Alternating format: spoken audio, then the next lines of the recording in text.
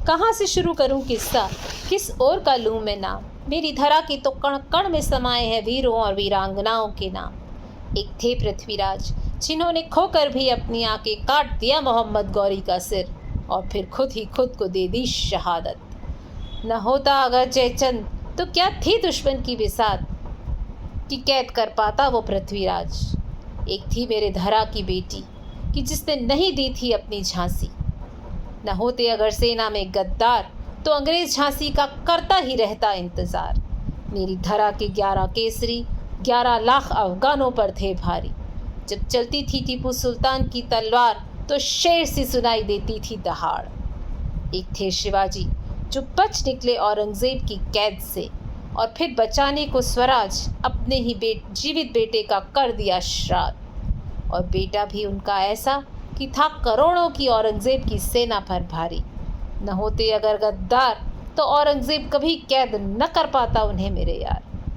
और फिर आकर कैद में भी पा गए वो शहादत। औरंगजेब करता रहा उनकी चीखें सुनने का इंतज़ार। बाजीराव ऐसा वीर जिसने हारी नहीं एक भी लड़ाई। अपनी तलवार से लिखता था इतिहास, लिखता था तकदीरें। राणा सांगा ऐसे जिन्होंने गंवा कर आँख हाथ और पैर, हारी नहीं फिर भी लड़ाई। उनकी तारीफ़ें करता था खुद मुगल और उसका दरबार। मेरे धरा की वीर माताएं ऐसी कि जिन्होंने बचाने को देश अब दे दी अपने दूध पीते बेटों की बलि। ऐसे वीरों के वंशज हैं मेरी सेना में। ऐसी सेना को क्या हरा पाएगा कोई देश। होंगी तकनीकें, होंगे हथियार बहुत देशों के पास, पर मेरे देश के वीर सा आत्मसम्मान, शौर्य और देश प्रेम नहीं है किसी के भी पास।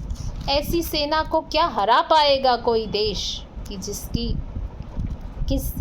जिस देश में नारी अपने पति की शहादत पर भी भेजती है बेटे को फौज में करने की तैयारी। कहता है किसान कि मैंने काटी है इस बार फसल भारी, अपने सेना के वीरों को भेज दूंगा मैं सारी।